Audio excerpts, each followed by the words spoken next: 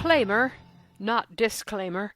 This teaching is not intended to replace studying the Torah on Shabbat. Rather, it is an extension of Torah study to learn from the sins of our forebears in the ancient past, so we will understand the Torah's practical application in our own lives today. We will also regain our national identity, which is so greatly missing among us. Our true identity is not the nation of our biological birth, but with biblical Israel. And the patriotism for biblical Israel, which we so badly need, can be gained by identifying with the people and history of those ancient times. Always study the Torah of Yahweh, which is His instructions, teachings, and His law rolled into one word, Torah. Not only on Shabbat, but every day we should meditate on His Torah, His law. Psalms 119, 105. Your word is a lamp to my feet and a light for my path. Deuteronomy 5:33. You shall walk in all the ways which Yahweh your God has commanded you, that you may live, and that it may be well with you, and that you may prolong your days in the land which you shall possess. Psalms 1:1 and 1:2. Blessed is the man who does not walk in the counsel of the wicked, nor stand on the path of sinners, nor sit in the seat of scoffers. But his delight is in Yahweh's law, His Torah. On His law, His Torah, he meditates day and night. Psalms 119, 174. I have longed for your salvation, Yahweh. Your law, your Torah, is my delight. Okay.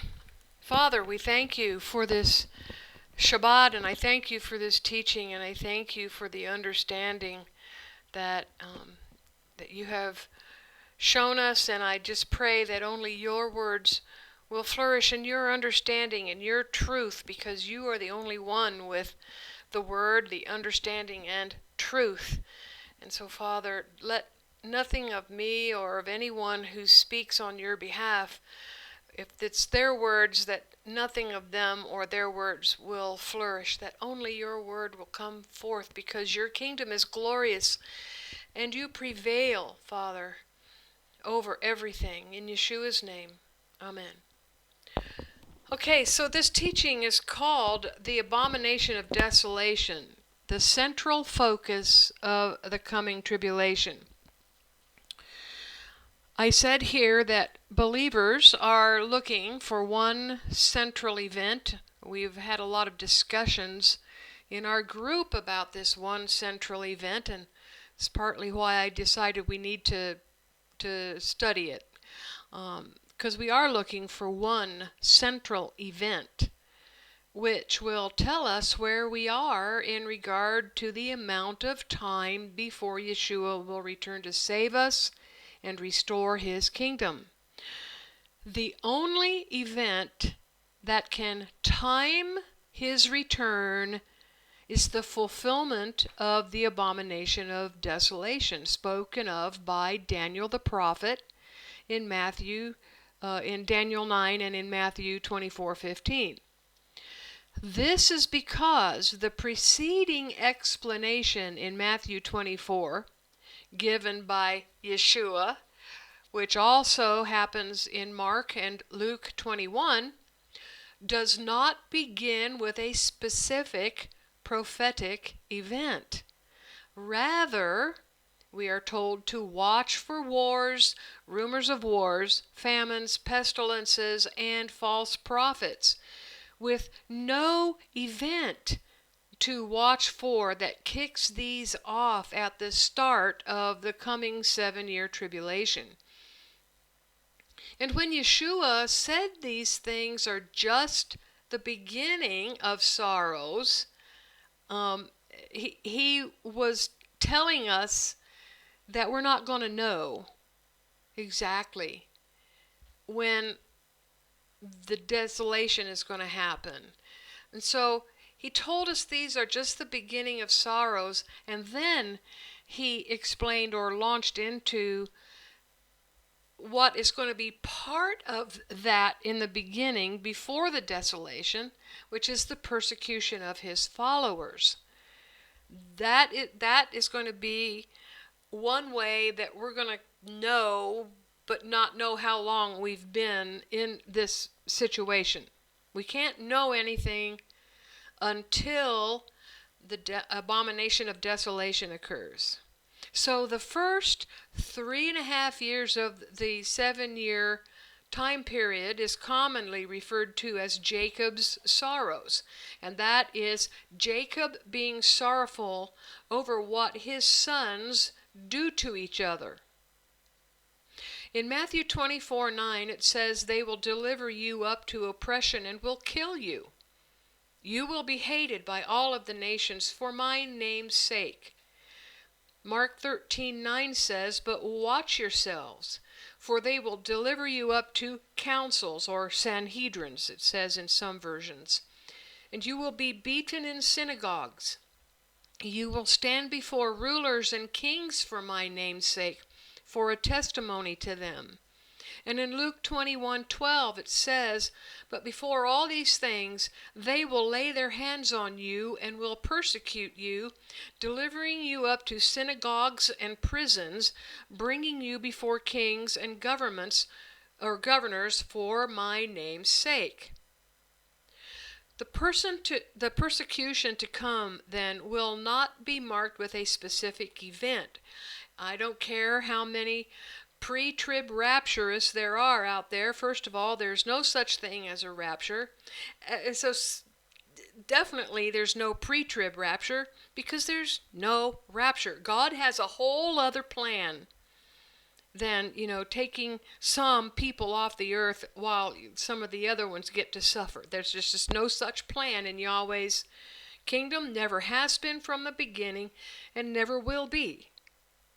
The persecution to come will not be marked with a specific event. That, any event that we can be watching for, which will tell us when the exact time of the 7-year tribulation has arrived. And going off script here, this is because it's what Yeshua told his disciples. It's not for us to know the timing. It's not for us to know that he's going to let us know when we can know. And that's with the abomination of desolation. So there are days, months, and years counts provided by Daniel and John in Revelation for the second half of the tribulation, but not for the first half. Believers have been persecuted for 2,000 years.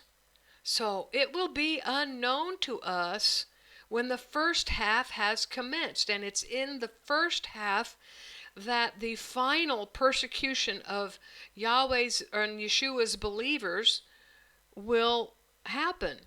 So the lack of an event for the beginning of Jacob's sorrows means we simply must continue watching, praying, and being occupied with Yeshua's kingdom business, doing what he's told you to do that benefits his kingdom, until the only event which will tell us where we are in the timeline appears. That one specific event, which will be our sign that we are only 3.5 years away from his arrival, is the abomination of desolation found in Daniel 9:27. Now, I want to warn you that the interpretation I will present here will likely be very different to what you have been taught. So please just consider the information. And I'm going to post this on the messianicmessage.com so you can go back to it again. And also be aware that I will be using the term the Jews. This term does not mean all Jews. It means the Jews who deny Yeshua as their Messiah, God, and King, And those Jews in political and religious leadership who will be leading the way for Jerusalem to rule the world. There are many Jews who accept Yeshua's messiahship and that he is God and King over all Israel. And I don't mean those folks. This section is titled The First He. There are two He's in Daniel 9:27 in the Masoretic text. The Jerusalem altar, of course, will be central to everything else that happens during the tribulation, both for believers and non-believers. And the second He will do something different than the first He in regard to the altar in Jerusalem. So, regarding what the first He does, it says in Daniel 9:27, He will make a firm covenant with many for 1 week. So we're going to study two words from this sentence, confirm and many. And let's start with confirm. The word confirm is Strong's H1396, and the Hebrew word is gabar. And it means, actually, it says to be strong, or by implication, to prevail. It can also be translated as strengthen or prevail, but it's most often translated as confirm. But which word of the three is correct? Well, I suggest the best word is prevail. And here is what the sentence says when using prevail instead of confirm or strengthen. He shall prevail in a covenant with the many for 1 week. So now I'm going to have to explain, why is prevail the best word? Well, it's because it describes something that has happened in the family of Jacob, which is what this is all about, in the past. Something that must happen again, because Yahweh always works in patterns, so we can understand what we witness. In 1 Chronicles 5:1, it says, And the sons of Reuben, the firstborn of Israel, for he was the firstborn, but since he defiled his father's bed, his birthright was given to the sons of Joseph, the son of Israel, and the genealogy is not to be counted according to the birthright. For Judah prevailed among his brothers, and from him came the chief ruler, but the birthright was Joseph's. How will Judah prevail in the end of days? It will happen because of the Revelation 13 Judeo-Christian beast. Revelation 13:11 says, I saw another beast coming up out of the earth, and it had two horns like a lamb, and he spoke like a dragon. The only two religions that claim the Lamb are Judaism and Christianity, and they each claim him differently and in perverted ways. These two horns then tell us this beast is a Judeo-Christian beast, and it exercises all the authority of the first beast before him and causes the earth and those dwelling in it to worship the first beast, whose deadly wound was healed. And he does great wonders, so that he makes fire come down from the heavens onto the earth in the sight of men. And I'm going to interrupt here and suggest that this fire coming down from the heavens onto the earth is actually coming onto the land, because gay in Greek is also eretz in Hebrew, which can mean earth, but it also means the land. And who brought fire down from heaven? Elijah. And where did he bring it? Into Israel, onto the altar. But it was not the altar in Jerusalem. But I believe this fire coming down from heaven to the earth, or to the land, is coming down in the sight of men to the altar in Jerusalem. And it deceives those dwelling on the earth because of the miracles which were given to it to do before the beast, saying to those dwelling on the earth that they should make an image to the beast who had the wound by a sword and lived. And there was given to it to give a spirit to the image of the beast, so that the image of the beast might both speak and might cause as many as would not worship the image of the beast to be killed. So right here is a little clue we'll have to talk about in another teaching about this image of the beast. There's a beast, then there's an image of the beast. And it causes all, both great and small, rich and poor, free and bond, to receive a mark on their right hand or in their foreheads, even that not any might buy or sell except those having the mark or the name of the beast or the number of its name. And here is wisdom. Let him, having reason, count the number of the beast, for it is the number of a man, and its number is 666. The Jewish beast man, also known as Antichrist, will operate from Jerusalem. This is a Judeo-Christian beast. After the rise of this beast, with the cooperation between the Jews in Jerusalem and the Christians in America, which we are seeing right now, Judah will rise up once again trying to prevail over Joseph. You see, that's why that word prevail, he shall prevail in a covenant. That's why prevail is a better word there. Judah prevailed among his brothers before. He's going to try to prevail among his brothers again. Now, who is Joseph in the end of days? Well, Joseph is also known as the house of Ephraim, and that house represents believers in Jesus, Yeshua, or commonly called Christians. For the context of when Judah prevailed over Joseph, we must return to Genesis, when Judah prevailed over Joseph by sending him to Egypt. So what 1 Chronicles 5 is talking about there, when Judah prevailed, it's referencing what Judah did to Joseph, sending him to Egypt. The beast from the tribe of Judah will again try to prevail over Joseph in the end of days. So that's why the word prevail, I believe, is a better word. Now this brings us to the many. And the word for many is rob. It's Strong's H7227. And it just means a bunch of stuff like, abundant and abound and enough, full, great, many.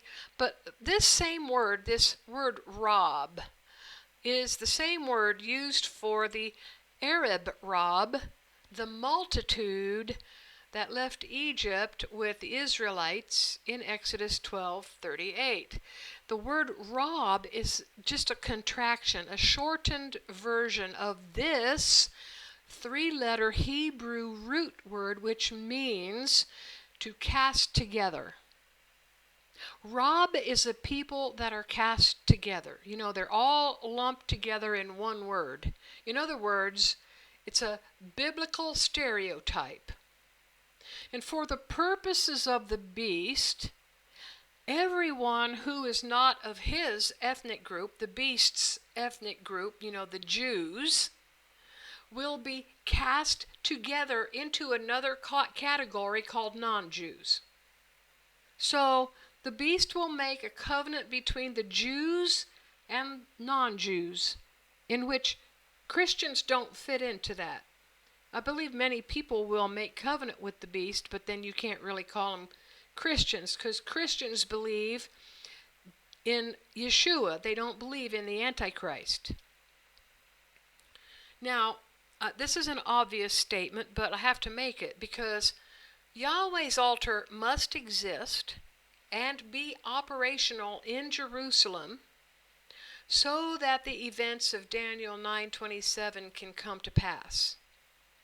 And at this altar, some kind of a covenant will be made by the beast man described in Revelation 13, and he will make a covenant between Jewish religious mystery Babylon and the Rab, the non-Jewish multitude.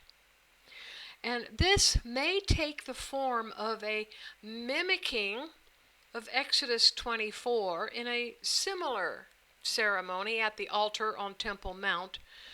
In Exodus 24, this ceremony happened at Mount Sinai, but if this becomes like a template for this covenant, then it will be made at the altar on Temple Mount. Let's read about what Moses did in Exodus 24, starting in verse 3.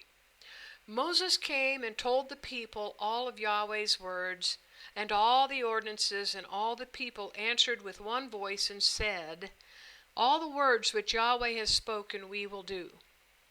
Moses wrote all of Yahweh's words and rose up early in the morning and built an altar under the mountain and 12 pillars for the 12 tribes of Israel.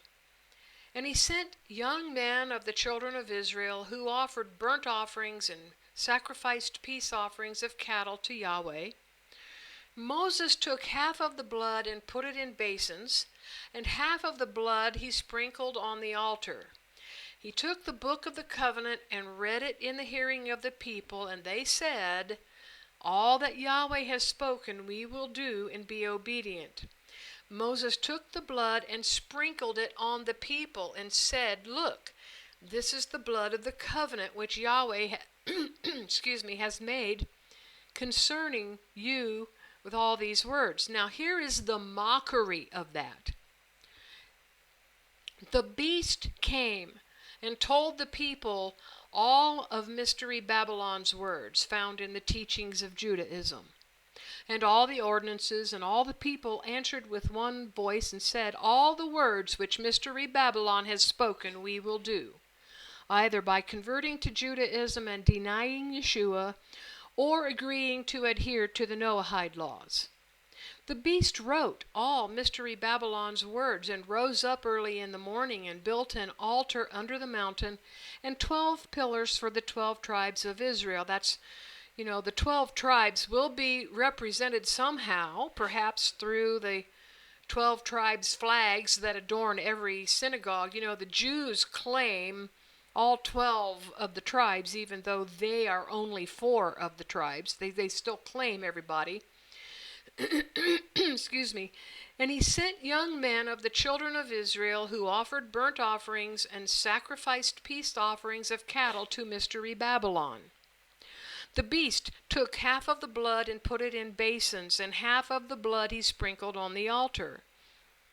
He took his book of the covenant and read it in the hearing of the people, and they said, all that Mystery Babylon has spoken we will do and be obedient. The beast took the blood and sprinkled it on the people and said, look, this is the blood of the covenant which Mystery Babylon has made with you concerning all these words. That's the mockery. Now, maybe it won't happen that way, but you're getting the point of what the beast is going to do with the people, making them in covenant with Mystery Babylon. But there will be disagreement about this covenant, which will set up a conflict with believers who do not want to be included in the beast's covenant, which will deny Yeshua as Messiah, God, and King of all Israel. This disagreement will result in the persecution of believers in Yeshua.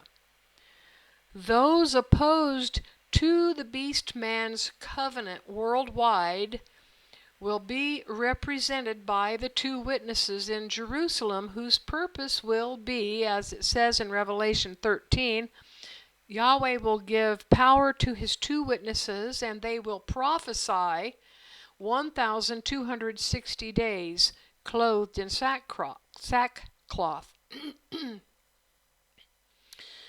It is here now that Matthew 24:14 will be fulfilled, which is that the good news of the kingdom will be preached in the whole world for a testimony to all the nations. And then the end will come. The good news will be preached before the midpoint of the tribulation, which starts in Matthew 24:15, which tells us the event that will show us where we are in the timeline of the 7 years. We won't truly know until this happens, until the abomination of desolation happens.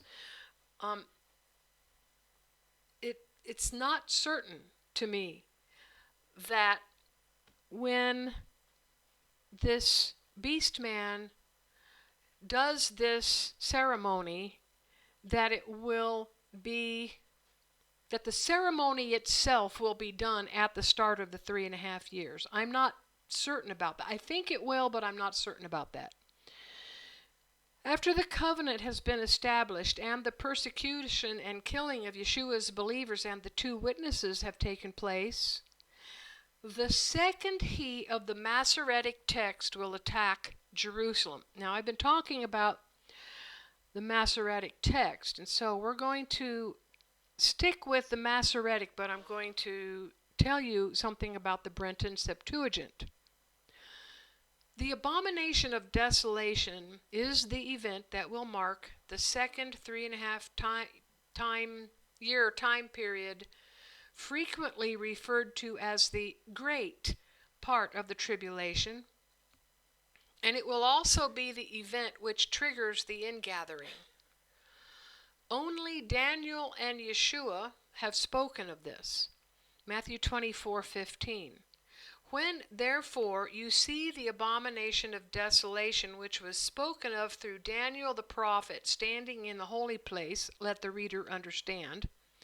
And then Mark 13:14, but when you see the abomination of desolation spoken of by Daniel the prophet, standing where it ought not, let the reader understand. Then let those who are in Judea flee to the mountains. So the sentence structure based in the Masoretic texts references the word he twice in Daniel 9:27. But should that word he even be there at all? You see, the Brenton Septuagint doesn't use the word he at all. Here's from the Brenton, Daniel 9:27. 1 week shall establish the covenant with many, and in the midst of the week my sacrifice and drink offering shall be taken away, and on the temple shall be the abomination of desolations, and at the end of time an end shall be put to the desolation. So these are very different wordings between the Masoretic and Septuagint texts. The Brenton says the covenant with the many will be established without using the word he, and then announces that Yahweh's sacrifice and drink offering shall be taken away without using the word he. Neither text tells us how the sacrifices and drink offerings will be taken away unless we examine another word, overspreading, or sometimes wing, as translated from the Masoretic text, but which does not exist in the Septuagint. And I think if we study both texts together, we'll get to a better understanding. What is the overspreading or the wing in the Masoretic text? Well, that is the word kanaf. It's Strong's H3671, and it means specifically of a bird or army, a wing. Okay, so kanaf is something that spreads out and has something to do with either a bird spreading its wing or an army spreading out over a specific area, and depending on the context. It's something that spreads out over something else. Now, kanaf in this context is more probably an army. First, we must understand that Daniel 9:27 prophesies this desolation only for the end of days, and this has not yet been fulfilled. But Daniel 11:31 gives a little more detail about the definition of the abomination of desolation, because it has been fulfilled. It's been fulfilled, so we can get an understanding of what will happen at the end of days. It was fulfilled once before. It has one more time to be fulfilled. Daniel 11:31. Forces will stand on his part, and they will profane the sanctuary, even the fortress, and will take away the continual burnt offering. They will set up the abomination that makes desolate. So now history tells us how Daniel 11:31 was fulfilled by Antiochus Epiphanes IV, when he shut down Yahweh's altar by sacrificing a pig on it and setting up a statue of Zeus next to it.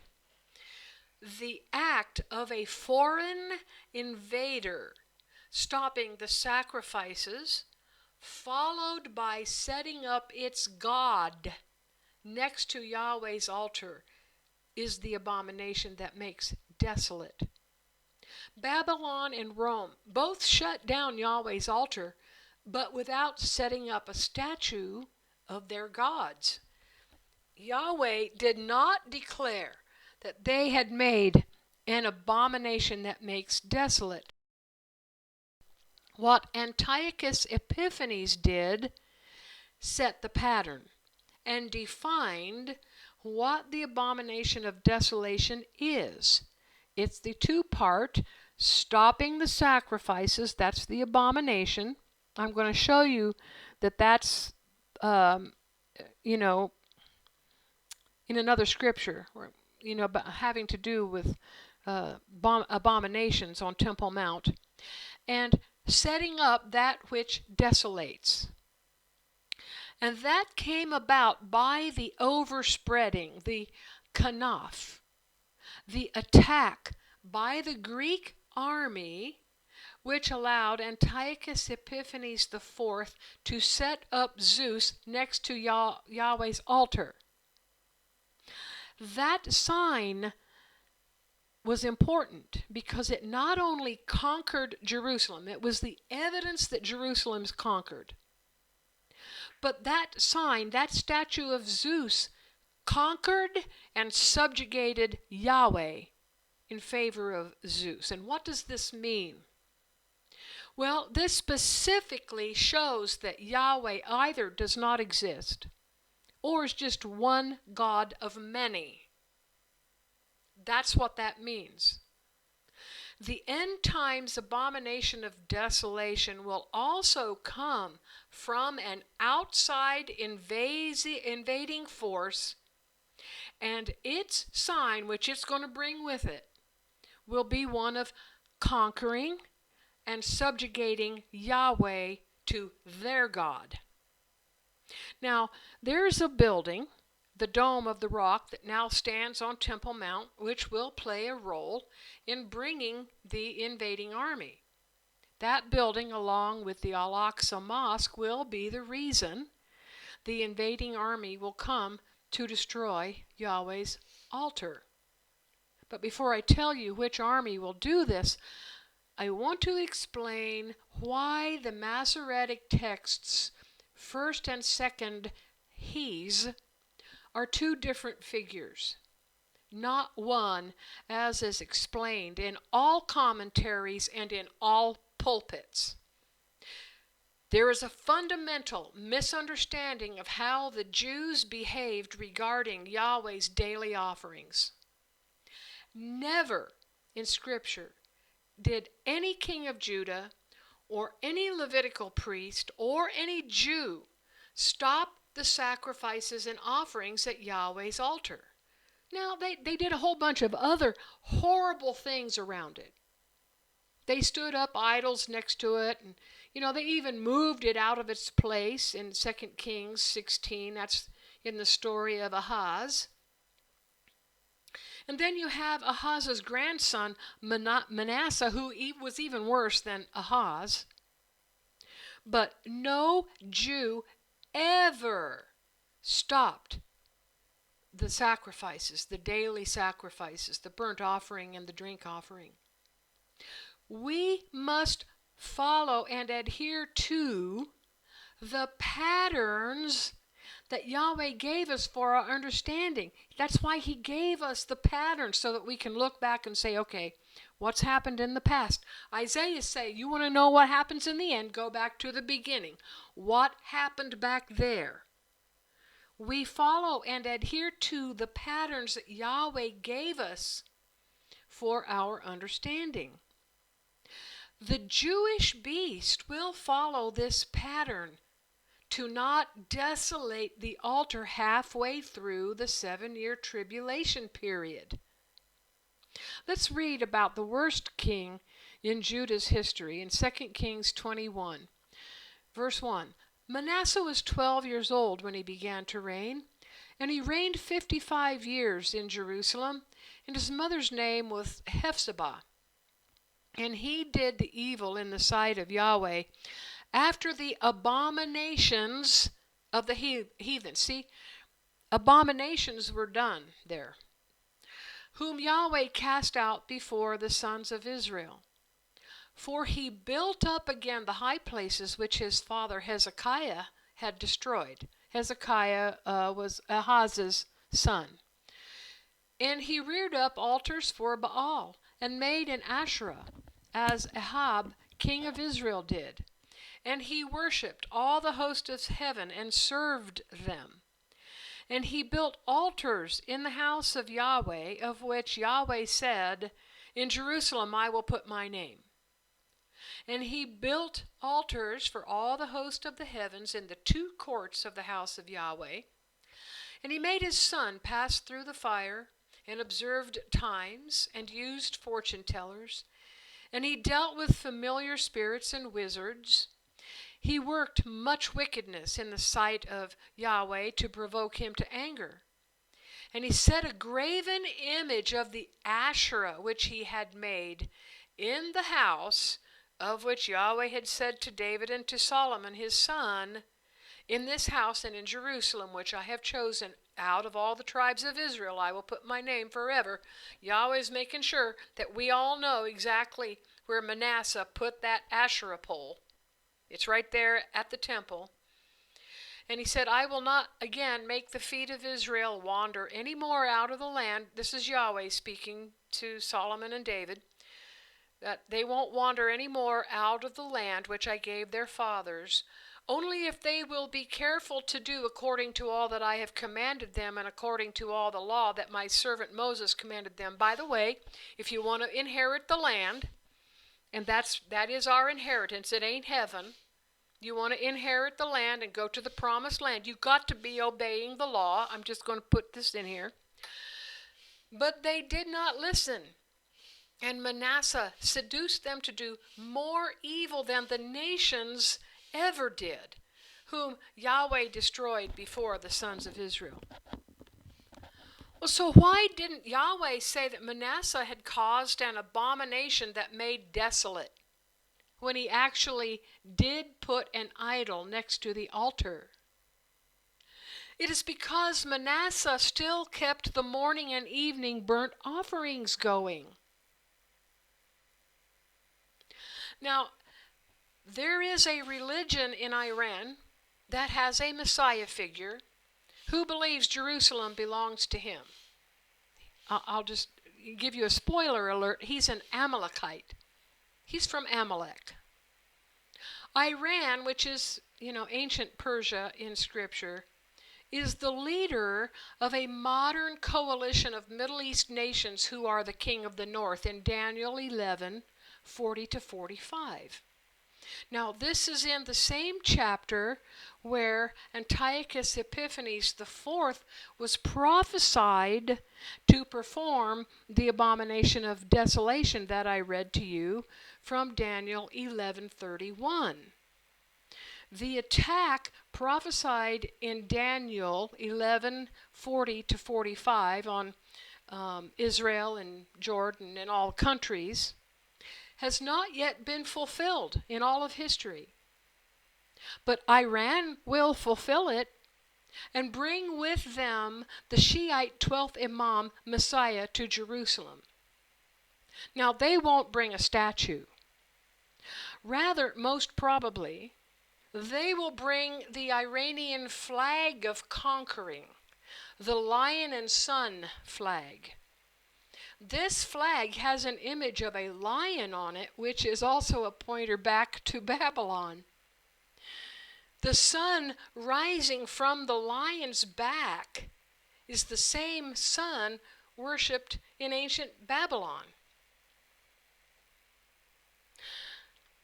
But now we're going to talk about the Great Escape, because the attack on Jerusalem will end the Jewish persecution of Christians, only to replace it with the Shiite Islamic version of Christian persecution. Now, if you've read the papers, you know what Iranians do to Christians.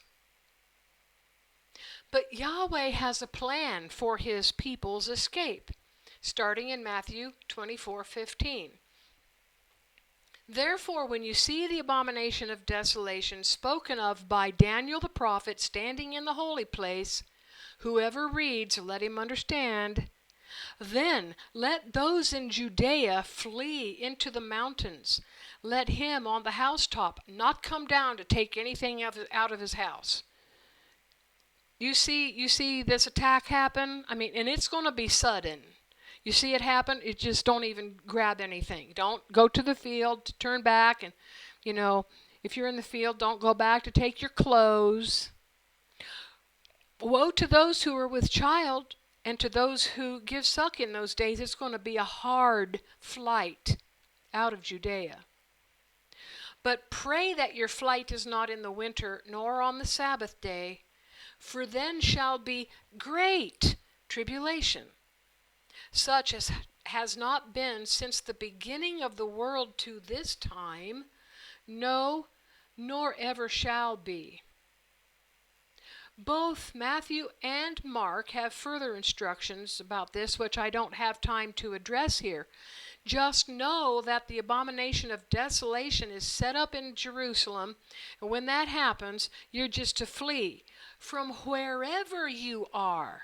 If you're in Judea, right away. If you're out in the world, you might want to pack your go bag, but you might want to start fleeing then, and I'm going to show you that in the timing. Yeshua said to flee to the mountains, but not to the mountains of Israel, west of the Jordan River. That's also called the West Bank. Those will also be under the control of Shiite Iran.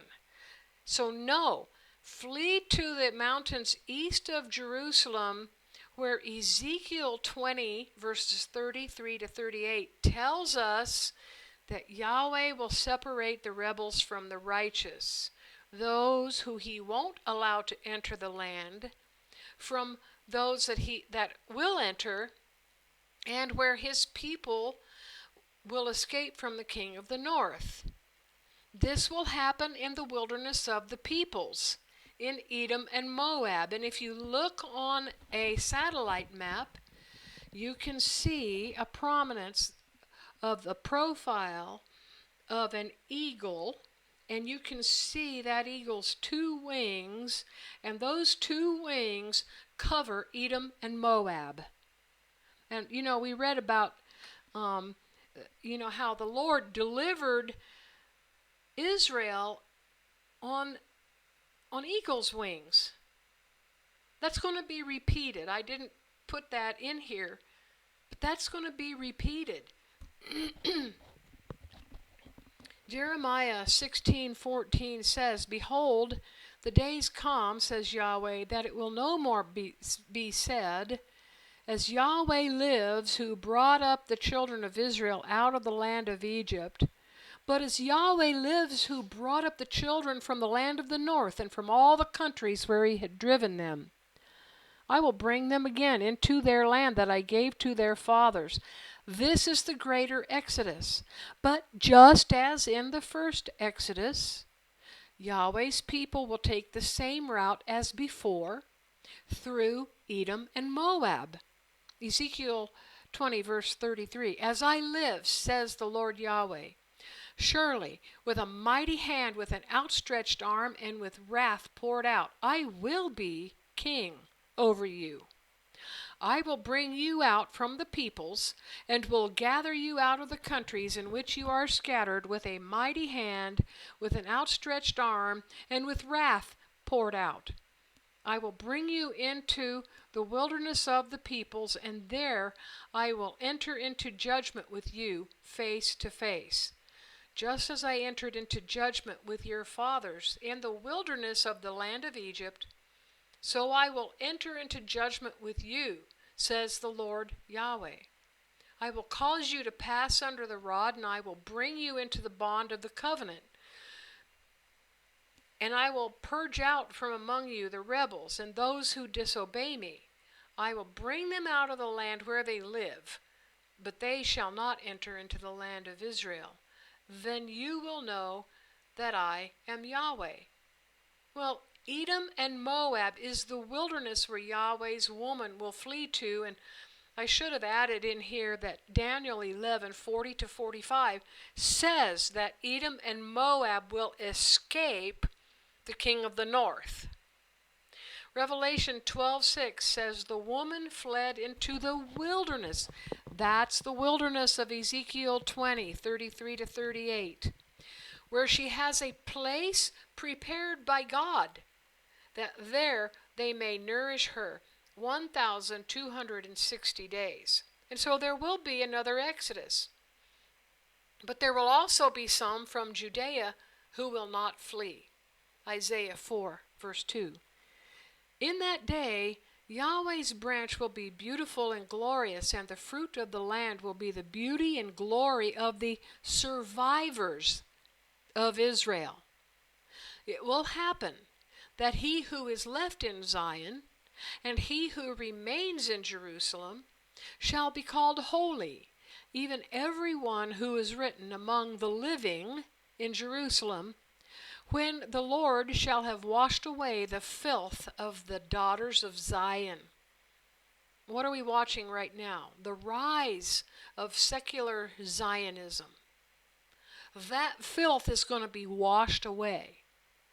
And he will purge the blood of Jerusalem from within it by the spirit of justice and by the spirit of burning. So ironically, after being among the Jewish leadership that tried to kill the two witnesses, and they were the ones that orchestrated the persecution of believers in Yeshua, these people that stay behind in Jerusalem will find themselves in the same position the two witnesses were in. And how is that? Well, they will find Yeshua, and the second he will likely try to persecute and kill them too.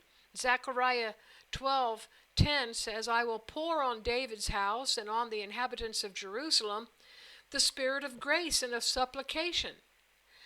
And they will look to me whom they have pierced, and they shall mourn for him as one mourns for his only son, and will grieve bitterly for him as one grieves for his firstborn.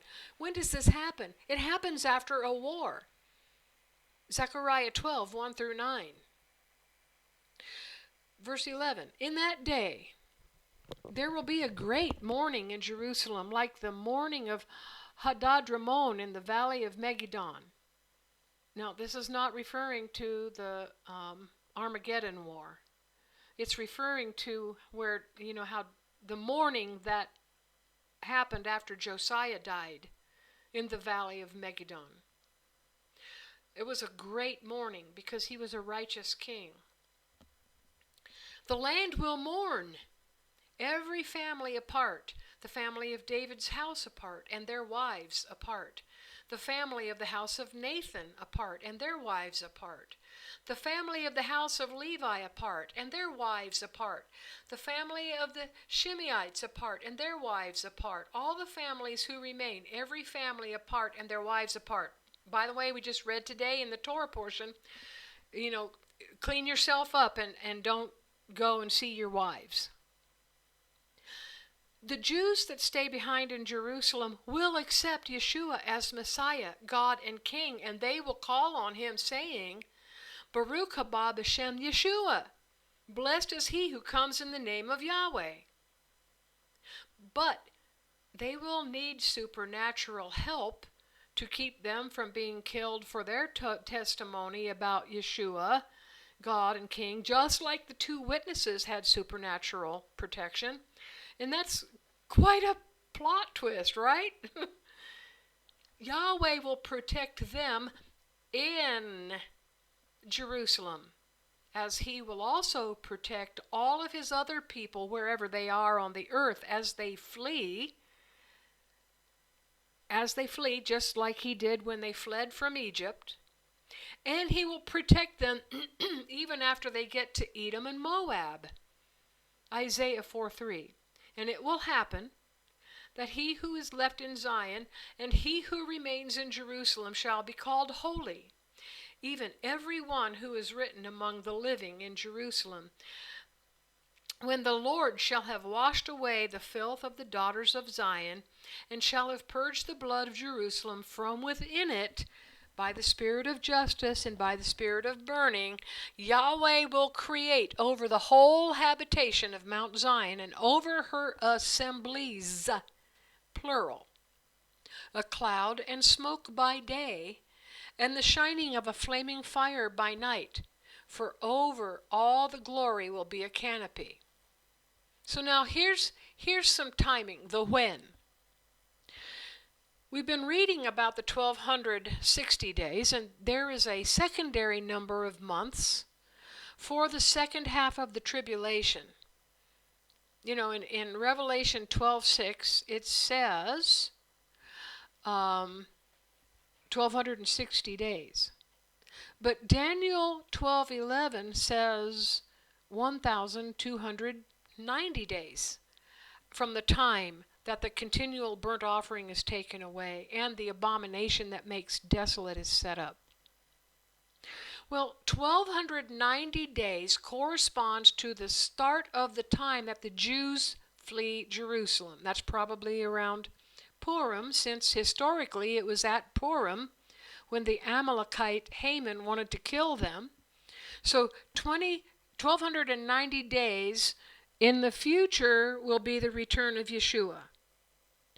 This 1290 days will be also the signal to the exiles in the diaspora. That's everyone who believes in Yeshua, but they don't live in Israel. This is their signal that they also need to flee from where they are. But they've got, longer time to, they got some time to prepare and some time to get to the wilderness and so forth. They got 30 days because it's exactly 30 days between Purim and Passover. The journey will be longer for them, of course, so they just need to get started as soon as possible. Revelation 12:14 says, "And 2 wings of a great eagle were given to the woman so that she might fly into the wilderness, into her place, where she is nurtured for a time and times and half a time." That's 1260 days from the serpent's face. So from the 1290 days to the 1260 days, that's her time to flee. And we read about, Yahweh delivering Israel on eagle's wings. And here he says 2 wings of a great eagle. In other words, he's amplifying the glory of his work, bringing everybody out of wherever they are, all over the earth, to the place where he's going to meet with them in the wilderness of the peoples, as foretold by Ezekiel 20:33-38. And Daniel 10 says Many will purify themselves and make themselves white and be refined, but the wicked will do wickedly. And none of the wicked will understand, but those who are wise will understand.